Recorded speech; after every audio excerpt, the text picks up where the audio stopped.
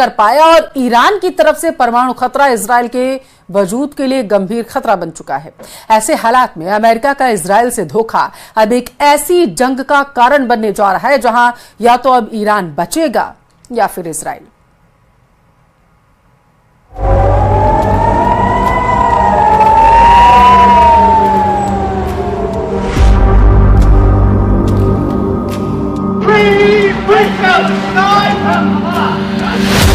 Washington में मारे गए इजरायली, अब ईरान पर 7 दिन बमबारी।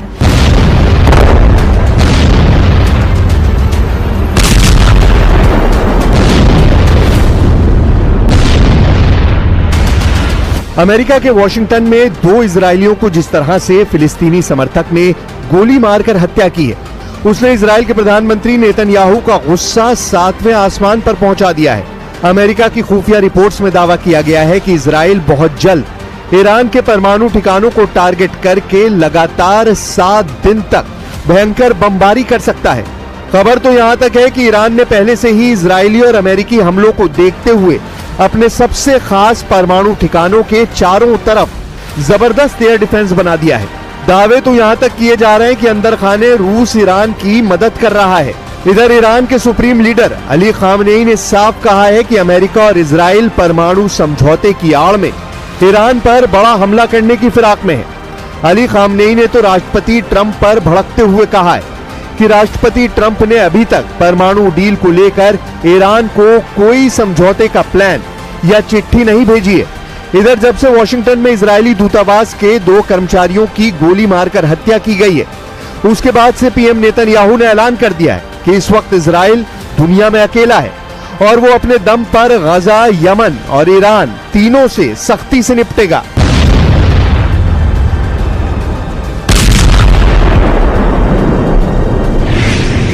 भड़क उठे नेतन्याहू, दुनिया में अकेला है इजराइल। अमेरिका में वॉशिंगटन डीसी में स्थित इजरायली दूतावास के 2 कर्मचारियों की हत्या के बाद अचानक इजराइल के तेवर बेहद सख्त हो गए। इजरायली एयरफोर्स ने लगभग 2000 किलोमीटर दूर ईरान के परमाणु ठिकानों पर हमले का प्लान बना लिया है। नेतन्याहू ने 2 टूक कहा है कि अब गजा, यमन और ईरान को लेकर इजराइल जरा भी नरमी नहीं बरतेगा। पीएम नेतन्याहू ने इजरायलियों की हत्या के बाद साफ कहा है कि दुनिया में इजराइल अब अकेला है और अपने दम पर दुश्मनों से निपटेगा।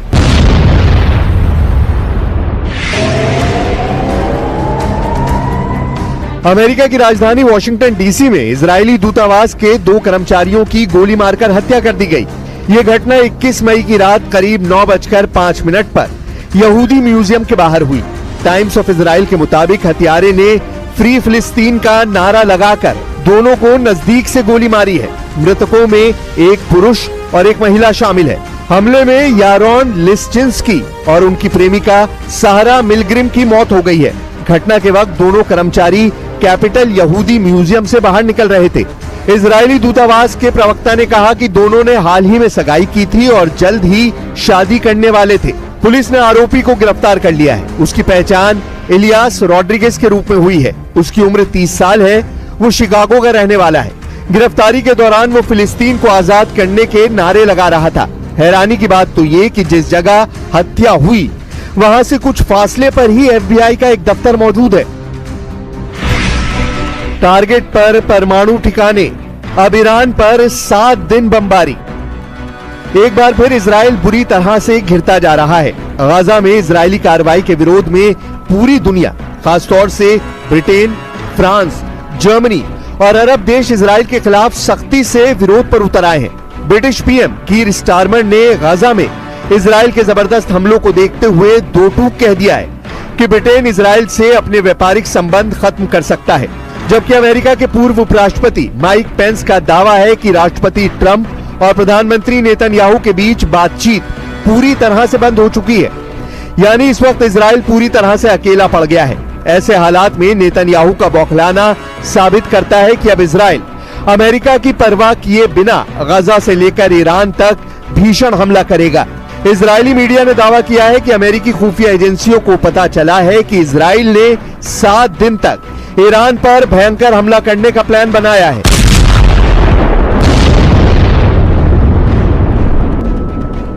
इजराइल ने ईरान के ऊपर हमले की तैयारी तेज कर दी है। एक्सियोस ने इजराइल के 2 सूत्रों के हवाले से बताया है कि अगर ईरान के परमाणु कार्यक्रम को लेकर अमेरिका और तेहरान के बीच चल रही बातचीत विफल हो जाती है तो इजराइल ईरान पर तुरंत हमला कर सकता है। इजराइल की खुफिया एजेंसी को लगता है कि वार्ता जल्द ही विफल हो सकती है। एक्सियोस ने यह भी बताया कि दोनों इजरायली सूत्रों ने अमेरिकन मीडिया की रिपोर्ट की पुष्टि की है, जिसमें कहा गया है कि इजराइल ईरानी परमाणु सुविधाओं पर संभावित हमलों की तैयारी कर रहा है। सूत्रों ने यह भी कहा कि किसी भी हमले के लिए 1 सप्ताह तक चलने वाले अभियान की आवश्यकता होगी और ये एक बार का हमला नहीं होगा। प्रधानमंत्री बेंजामिन नेतन्याहू ईरान और अमेरिका की परमाणु वार्ता के विफल होने का इंतजार कर रहे हैं, जबकि दूसरी तरफ ईरान के सुप्रीम लीडर अली खामनेई ने दो टूक कह दिया है कि ईरान अपने परमाणु हितों को ताक पर रखकर अमेरिका के सामने नहीं झुकेगा।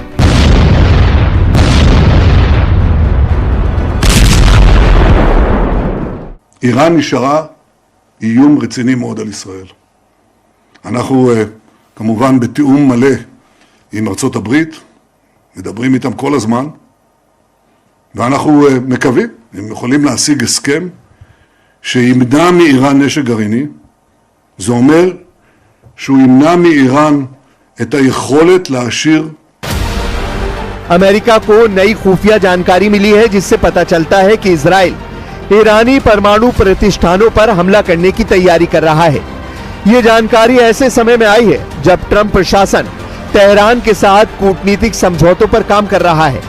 कई लोगों का मानना है कि इस प्रोग्राम के जरिए वो परमाणु हथियार बनाने की कोशिश कर रहा है, जैसा कि भारत, पाकिस्तान और इजराइल ने किया था। इन देशों ने नागरिक परमाणु प्रोग्राम के नाम पर ही परमाणु हथियार विकसित कर लिए थे। ईरान के बारे में माना जाता है कि वो परमाणु हथियारों के लिए दोहरे रास्ते अपना रहा है। असैन्य परमाणु प्लांट से प्लूटोनियम निकालना और ईरान से ही निकाले गए यूरेनियम का संवर्धन करना। ईरान के अंडरग्राउंड परमाणु ठिकानों पर हमला आसान नहीं।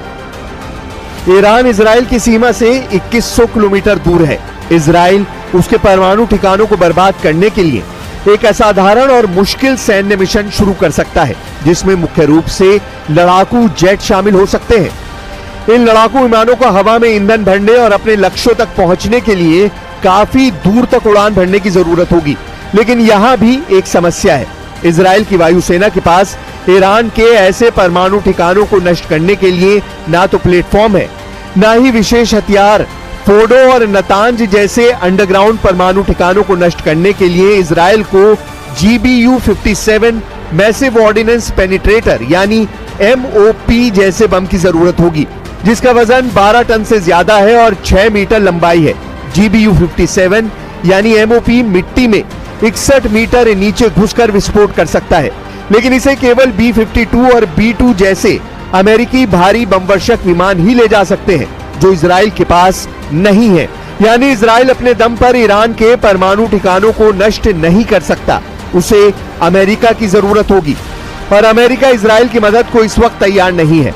ऐसे हालात में इजराइल ईरान के अंडरग्राउंड परमाणु ठिकानों को निशाना बनाने के लिए स्वदेशी MOP बना सकता है। इजरायली MOP को या तो C-130 हरक्यूलिस विमान या फिर बैलिस्टिक मिसाइल से लॉन्च किया जा सकता है। इनमें से किसी भी प्लेटफॉर्म का इस्तेमाल करना रिस्की और तकनीकी चुनौतियों से भरा होगा। अब ऐसे हालात में इजराइल कैसे हमला करेगा, ये देखना होगा।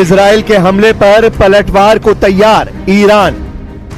इधर ईरान के सुप्रीम लीडर अली खामनेई ने अब तय कर लिया है कि ईरान हर हमले का जवाब घातक मिसाइलों से देगा। ईरानी कमांडर और ईरान की IRGC ने कुछ ऐसे फैसले किए हैं जो इजराइल और अमेरिका को बुरी तरह से डरा रहे हैं। ईरान के इरादों से ये लगभग साफ हो चुका है कि वो अब अमेरिका और इजराइल से कयामत तक जंग करने को तैयार है। अपने घातक शाहिद ड्रोन और 5 तरह की लंबी दूरी की घातक मिसाइलों को इजराइल ने हमले के लिए पूरी तरह से तैयार कर लिया है। खुद ईरान के इस्लामिक रेवोल्यूशनरी गार्ड कॉर्प्स यानी IRGC ने एक वीडियो जारी किया है, जिसमें एक सुरंग के तहखाने में ईरान की बेहद घातक और नई मिसाइलें भरी पड़ी हैं। अंडरग्राउंड में ईरान का ज्वालामुखी मिसाइल सिटी में 1 लाख मिसाइलें। जरा इस वीडियो को गौर से देखिए। ईरान के इस्लामिक रेवोल्यूशन गार्ड कॉर्प्स यानी IRGC ने अंडरग्राउंड मिसाइल सिटी का खुलासा किया है। IRGC से जुड़े तस्नीम न्यूज ने दावा किया है कि अंडरग्राउंड बेस में ईरान ने क्रूज मिसाइलों को रखा है, जिन्हें रणनीतिक रूप से दक्षिणी जल विध्वंसक जहाजों को निशाना बनाने के लिए डिजाइन किया गया है। ईरान के इस अंडरग्राउंड बेस को मिसाइल सिटी नाम दिया गया है। इसके साथ ही ईरान ने घोषणा की है कि वो नई विशेष मिसाइलों का निर्माण कर रहा है। ईरान के वीडियो में एक भूमिगत मिसाइल और ड्रोन कॉम्प्लेक्स दिखाया गया है। IRGC ने एक नई विशेष मिसाइल बनाने का भी दावा किया है। IRGC commander major general Hossein Salami और brigadier general Amir Ali Hajizade ने मिसाइल और ड्रोन के इस भंडार का दौरा किया है। इस वीडियो के जरिए ईरान ने अपनी मिसाइल ताकत दिखाने की कोशिश की है। वीडियो में IRGC commander major general Hossein Salami और brigadier general Amir Ali Hajizade को मिसाइल डिपो का दौरा करते हुए साफ देखा जा सकता है। हाजीजादे ने इस मिसाइल को सोता हुआ ज्वालामुखी कहा है। ईरानी दावों के मुताबिक अक्टूबर और अप्रैल में इजराइल के खिलाफ ईरान के कुछ ऑपरेशन में इस भूमिगत मिसाइल बेस का इस्तेमाल हुआ था। ईरान के जनरल अली मोहम्मद नैनी ने चेतावनी दी है कि ईरान इसी महीने नए अभ्यास और युद्ध अभ्यास शुरू करेगा। उसी दौरान नए मिसाइल और ड्रोन का भी खुलासा होगा। अब ऐसे हालात में इजराइल बिना अमेरिकी मदद के ईरान पर कैसे हमला करेगा, ये देखना दिलचस्प होगा।